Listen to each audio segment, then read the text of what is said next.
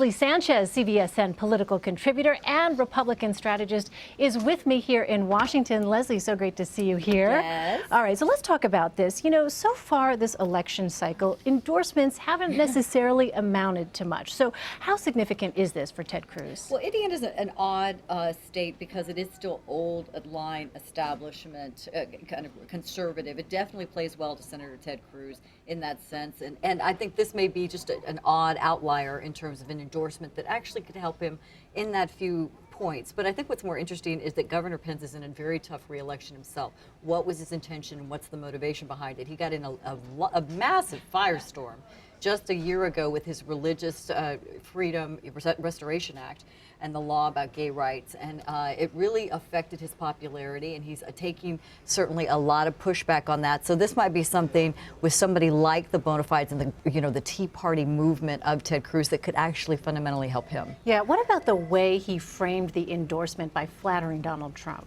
I think he understands the reality of the situation is that more and more Republicans are especially elected officials are seeing that Donald Trump is going to likely be the nominee.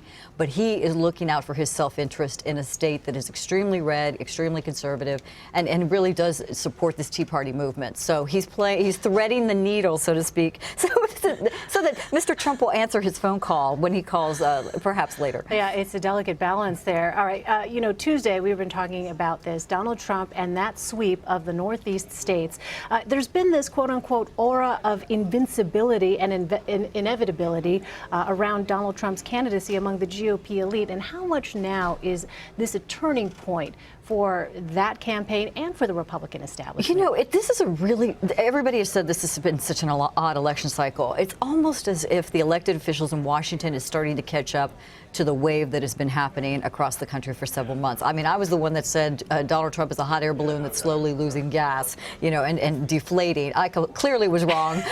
You weren't the only one. Oh, no, but I'm in a great group of people, especially in this town as we get ready for the White House Correspondents' thing. But the bigger issue is it just shows that fundamentally there's a massive realignment. This is time for a populist candidate, and the ramifications of this will not only have an impact in 2016, but it will certainly have an impact in 2018 and probably 2020. So just the same way Ross Perot affected the sweep and the turnover to the Republican Congress, I think you're going to see the same kind of efforts here. All right, so let's say that Ted Cruz pulls off an upset on Tuesday. How much does it really even matter in terms of the delegate count? You look at that math, it is tough. It's extremely tough. Again, the last salvo of the establishment Republicans was to find a way to get to a contested convention, and increasingly, it seems unlikely. I think people are just starting to settle into the idea that the Donald Trump campaigns is something they're going to really have to take seriously and find a way to work together. Can he be partnered with somebody? His leadership style, people embrace, but does he have somebody around him, not only as a running mate, but as staff and kind of a political organization that understands the reality of government and governance? And that's really where the question is going to lie in terms of his leadership. Can we just talk about the irony of this, though? That the establishment there is essentially turning to Ted Cruz, who is someone who tried to play up his outside the establishment credentials here. It's pretty ironic, isn't it? Well, I think this was the year for the third way candidate, right? It was going to be a Tea Party or somebody even like Marco Rubio, who came out young, firestorm, the hope and change. He was emulating the same kind of hope and inspiration among the Republican Party that Barack Obama did. But nobody anticipated there would be a third rail candidate that was actually going to pull extremely so intensely outside of that. And it was somebody that we see consistently in these exit polls that is not related to or tied to in any way Washington. Donald Trump and John Kasich, someone who we haven't talked about that much, they're both speaking at the California GOP convention later today. What do you expect to hear? I think Governor Kasich, at least one thing we know about him, he's consistent.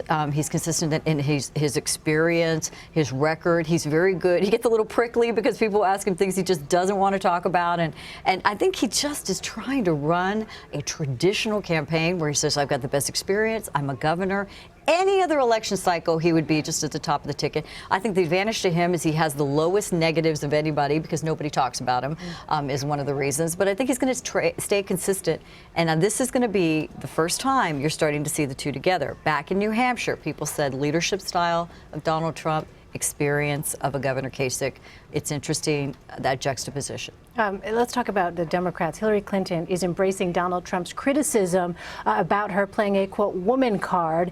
Her campaign is now offering an actual pink card, apparently, to those who donate on her website. I mean, what do you think about that? Sure, I think, it's like P.T. Barnum taking all over you. Take any opportunity you can to make this a media story. It helps her evangelize women, get them motivated. They didn't turn out in 2008 for her. She had a very hard time getting all women to come together generationally. Like, younger women were like, I appreciate that you stood on the shoulders of the women before you and you're breaking the ceiling, but I really want to go vote for Barack Obama. So I like the freedoms you've given me. Now I'm going to use them somewhere else. She is trying to solidify that base of, and that was Democratic women. She's trying to find a rallying cry to get them motivated, get them to the polls, and show that sexism is just around like it's always been.